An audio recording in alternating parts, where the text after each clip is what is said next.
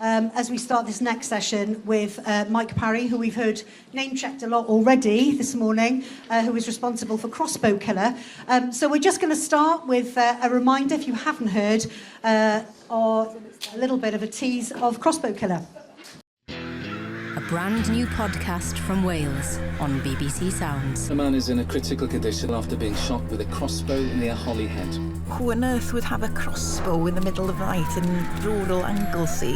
No witnesses, no forensics, no motive. There's been all sorts of rumours going about, wasn't it? There was a feeling of weirdness. The Crossbow Killer. There was a lot of mystery surrounding this case. Coming soon to BBC Sounds.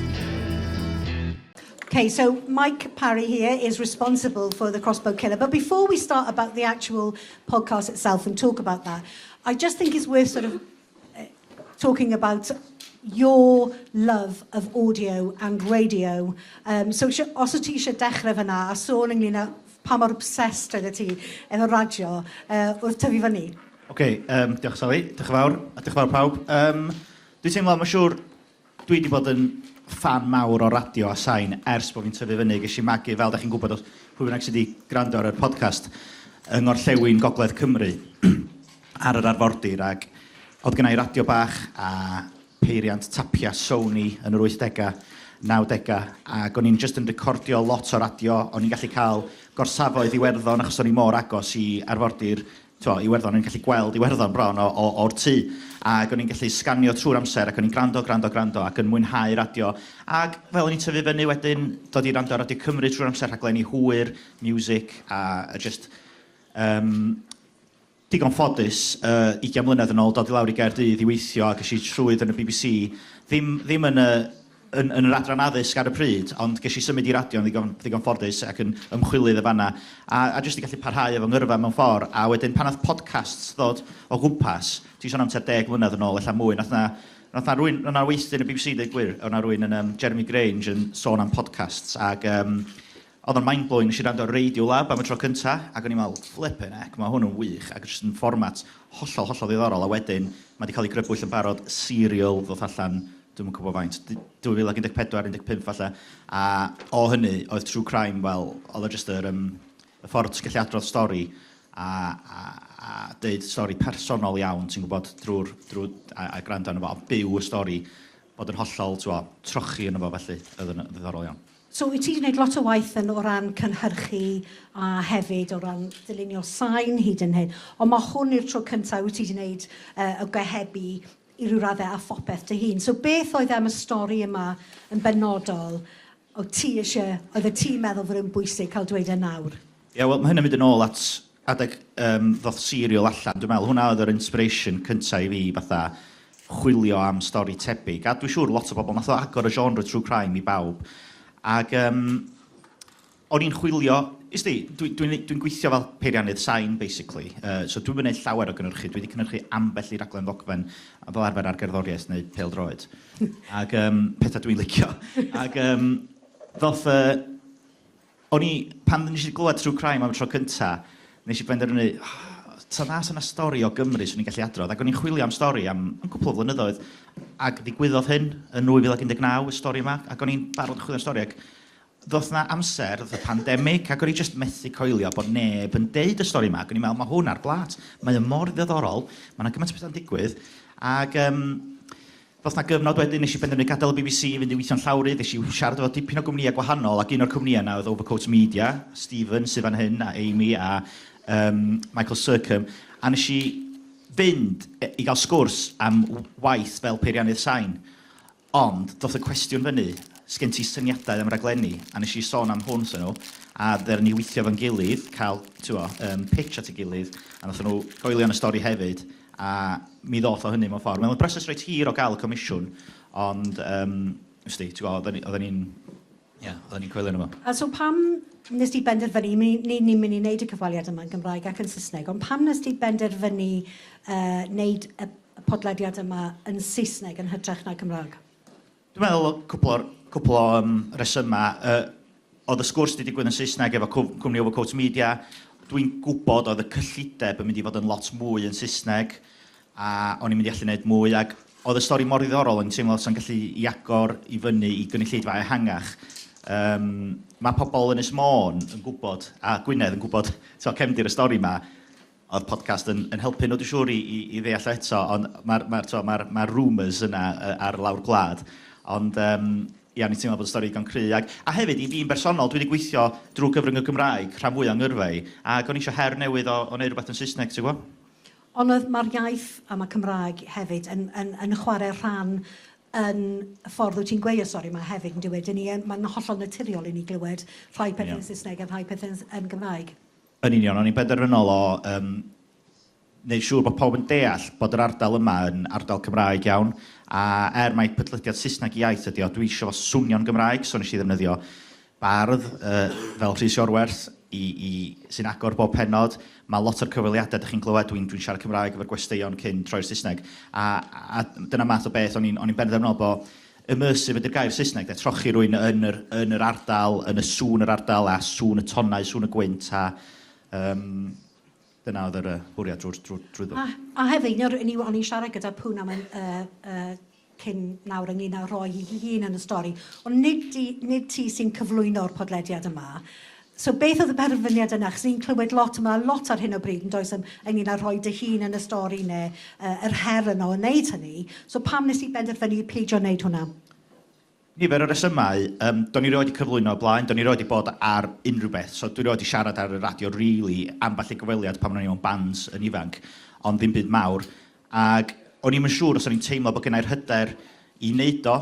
A yn y cyfnod oedden ni'n rhoi'r pitch at ei gilydd, o'n i'n gwrando lot o true crime gwahanol yn trio deall sut fath o steil ydw i'n mynd i fynd am. Ac yna un podcast arall taro 12 fi o'r enw The Nobody Zone, a Tim Hinman, sef yn cyflwynydd ni fan hyn, sy'n arwain The Nobody Zone hefyd, a yn syml iawn, stori am rhywbeth ddigwyddodd yng nghymuned Gwyddelod Llundain. A mae'r un fath o berthynas lle mae o'n adrodd y stori fel outsider, fatha voice of God bron, a mae gen o gohebydd Gwyddelig yn y gymuned yna yn Llundain. Ac o'n i'n gwybod bod fi'n mynd i allu cael cyfweliadau allan o bobl lleol Gogledd Cymru, achos bod gennau'r acen, mae gennau'r iaith, mae gennau'r dyfodiaeth, a dwi'n gobeithio gennau'r trust, a fysa pobl efo ddim yr un acen ddim gallu neud, ond o'n i'n siŵr iawn os o'n i'n gonhyderus i storio fo. A hefyd, be nath Tim hefyd wneud, ar ôl dod i'n nabod Tim, oedd o'n arbennig o dda yn strwythur o'r stori i fi, so o'n i'n, fel Pwnam di cyfeirio gyna, ti'n dod ar holl gynnwys ma nôl, a sut wyt ti'n gwneud stori allan hyn, achos oedd gennau oriau gyfweliadau, lot o bobl dwi ddim di ddefnyddio o gwbl, pobl pwysig iawn, ac nes i benderfynu, ond mwyn wneud y stori symud yn gyflym, oedd Tim yn dda iawn am strwythur o stori, wneud o'n gyffroes, a trefnu'r penodau fi. So fel ni'n gweud, mae dy gefndir i yn sain ac yn fel dilynydd sain. So oedd hwnna, newn ni chwarae clip nawr, ond jyst wrth feddwl am hwnna. Ond oedd hwnna'n rhywbeth ti'n meddwl oedd yn golygu ddysdi at hwn mewn falle ffordd arall fydde rhywun arferol yn dod at y stori yma. Ti'n meddwl fod dy sain di ar ffordd fod ti'n clywed pethau, ar ffordd ti'n cynhyrchu pethau, wedi cael effaith ar y podcast yn y diwedd? O, sicr. O'n i'n gwybod be o'n i eisiau fo swnio fel yn gynnar iawn. Dwi'n cofio un o'r cyfarfod cyntaf efo Stephen pan oedd i'n mynd i swyddfa o Coast Media wrth ymyl y Bontfaen. Oedden ni'n hynod i meddwl am be oedden ni'n mynd i roi dyna fo, ond nes i ddeud o Stephen, a dwi'n cael bach o sioc, I've already got the theme tune. Ac oedd y boi fatha, oh right, okay. So o gynnau syniad siŵr iawn o be o'n isio fo swnio fel. A hefyd, oedd o'n helpu fi o ran cael y darnau gyd at y gilydd, ac gamai fi oedd yn cyflwyno ac yn gwneud y sain, oedd o'n gallu dod at y gilydd yn gyflym yn y diwedd, achos o'n i'n gallu recordio'n llais i gyd yn stafell, yn yn garage, lawr rwnd y gornel yn Grangetown, ac o'n i'n gallu golygu, ac oedd y peth yn dod at y gilydd dros nos, ti'n gwybod, so do'n i'n gorau aros i fynd i stiwdio i rywun arall, dorio, i fynd i stiwdio arall, so oedd yr holl beth, ar ôl yr holl gasglu a strwythur o stori yn gallu dod at y gilydd yn gyflym iawn. And one of the things that we talked about before was how important the sense of place and the atmosphere was in the telling of this story. But this clip here that we're going to play, it probably just demonstrates a little bit about how your ear for sound, I suppose, and storytelling is used throughout this particular podcast series. Right, so I'm going to try and retrace Terry Wall's steps the night before the killing. I have the telematic report with me, and I'm going to follow it step by step. Right, it's 18 minutes past 9. I'm outside Terence Wall's address. The vehicle was unlocked. The door and boot was opened. Then at 20 past 9, he got into the car. The engine was switched on. Seatbelts on. Right, let's go.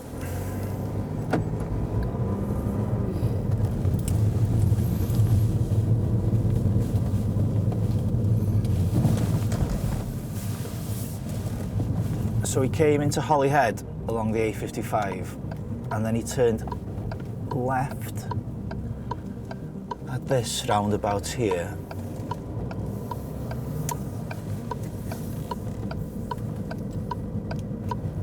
And then he turned right straight away down Podlediad Road. And he was caught on a CCTV camera somewhere here. And that's it, I can see it there, just on the side of that garage as I'm passing it.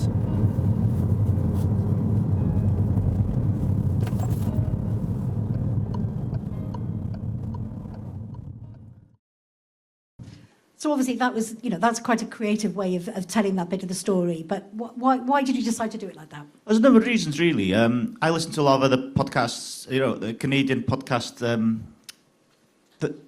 what is it called? Someone Knows Something, and things like that. And it's always about weird places and places that, I've never been to. But I'd often Google map these places just to get an image in my head, once it takes you to the place, but also, I was keen to, kind of give some clues to which the route was, name the road, name the roundabout, and then someone can, look it up themselves and have a little, idea of where I am. I had this report, I had the telematic details the police found. So, to spoil the story, the killer gets caught because he drove a really modern car, and that recorded every move the car made, every time the car was switched on, every time a window was opened, every time a door was opened. So all these things contradicted his accounts of where he was that night. So, I could retrack then the car's journey at least, and we take, nobody else was driving that one. So, yeah, it was quite exciting to do that. And a lot of people come to me now and say that they really enjoyed that piece of the podcast. It's an episode 4, yeah. And so you and I have talked as well about the challenges of that shift from obviously being the producer and taking more responsibility for the whole of this podcast series. But what were the kind of challenges for you in telling this story? Because obviously there were so many different angles, there were so many legal considerations. Yeah. Those were the challenges, was the storytelling and the legal considerations. I'm not a journalist and never done anything like this before. But thankfully, there were people helping me. We had Claire Hoban was fantastic, working with us legally. And, I talked to her regularly about how am I going to do this, how am I going to do that. And Claire, in fact, was pushing me further because I would, I'd be standing on the side of the caution, really. And Claire would say, no, if you want to do this, you could do this. But, say it this way.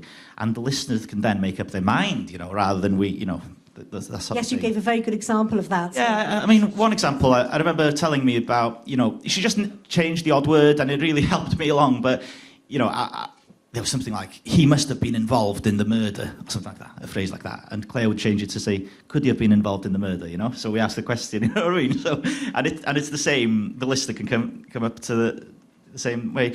The storytelling, again, then, it proved to me, I've worked on lots and lots of podcasts in the past with, lower budgets, but how important writing the story is. And that, between, people like, as I've said, Tim and Stephen and Amy and everyone else came together and chipped in and helped me along with that. And Lyndon as well, who worked on the programme. How important to tell a story creatively. And that's something, I really admired coming from that, is like, you could get a draft back from Tim and he was like, oh, he's moved things here. And that was like, it was really, really eye-opening for me as a...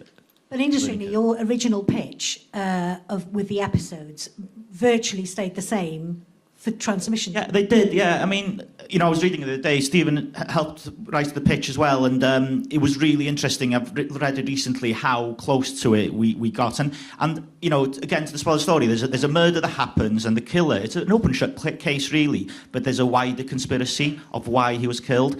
And at that point of pitching, we didn't really know what the ending was. And it comes back to a question someone asked David earlier on about, we didn't know what the ending was. And in fact, the story continues, and that was one of the things I was really worried about getting to the last episode of how do I summarise the journey we've been on, and so the listener doesn't feel let down or shortchanged. And hopefully they're not, but people who listen to podcasts understand that you're getting your point out there. This is the first series, and there might be follow-ups to come. But this is what happened. I'm not in a position to arrest anyone, and to bring them yet anyway. But I can tell the story, and hopefully, and recently we've had the post office drama on ITV. Well, the podcast was out a few years ago, and I was gripped by that as well. And a lot of the characters are local to this story. In fact, sorry, just a side note: the same journalist who covered the Crossbow killer was the first to discover the article in Computer Weekly. John Tequin is a really fascinating guy. He found that. He was the first one who read that in the BBC, and they'd made a Welsh documentary on that. Anyway, what I'm saying is, I was really stressed out about how do I finish the series, how do I summarise what's been done, but thankfully I think things come together, and I think people come out of it. And what's been the reaction from the people who were involved? Because obviously that was a new thing you had to deal with, and the people locally as well. Yeah, so reaction's really important, isn't it? Obviously, people are thrilled. Friends of mine, people come up to me a lot. I've had a lot of messages, daily, really, about how people have enjoyed it. People just want to get in touch with clues and, their experiences. And, you get that all the time. People have theories and, they find me on Facebook. I've got an unusual spelling for my name, so I'm easily Googled. So, so you get that a lot. But what's more important is that the victims kind of feel comfortable with it, and I'm glad that they have, because Fiona, the daughter, she, more than anyone, wants answers, doesn't she? She wants closure for why her elderly father was killed so brutal. So you've got that balance of, I'm basking in kind of, I'm pleased with the job, it's an exciting story, but also, I need to deliver for Fiona at some point, so I need to keep it updated and see where this journey takes us, and keep, hopefully keep her trust in us, and things will take time, as we know from other stories, Serial and the post office, for instance. It's not something that happens overnight, but hopefully, we can move things on. Allegiances change. And I must say, this case is completely solvable because everyone, apart from the victim, is still alive. And the victim didn't even know he's been shot. So, that's someone, people know something, and hopefully there'll be follow-ups. But same as Poonam, I'm a bit exhausted from doing it. And I think I just need to give some time and just regather, and do the follow-up episode. Do the follow-up in time, not rush into anything, Yeah. but see how. And there's something to say. And yeah. Does anyone have any quick questions for Meic? Yes, sorry, yes. Yes, sorry, yeah. What? The ethics of true crime. Did you have any qualms in doing this because it's under that true crime bracket?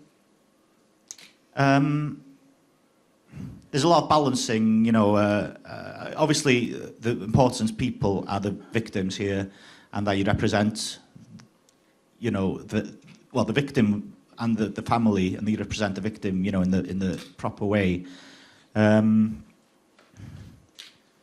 But, as everything, it's a story that needs to be told, and in terms of this, I couldn't tell you about the industry generally, really. I mean, I'm very focused on this story, and I'm pleased that Fiona, the daughter, was, she was kept across everything about how we were going about it, and, spoke to her extensively, used very little of her, just because of the way we produced it, but... yeah, I mean, she was pleased with it, and she was comfortable doing it, and she hasn't done anything else in terms of media. So the way we went about it, we wrote to her, and she came back to us in time, and then I went to see her, and it came from that really, and we're still in touch regularly, and we'll see where it goes. But it's a bit like Poonam as well, isn't it? There's sort of that level of trust that you have to take. You're taking those people with you. And even though, as you said, you're basking in the glory of how brilliant this is as a series, there's also that element of being faithful to those stories that you're being trusted with. Exactly, yeah. Okay, thanks very much indeed, Meic. That's brilliant. Thank you very much indeed. Diolch yn fawr.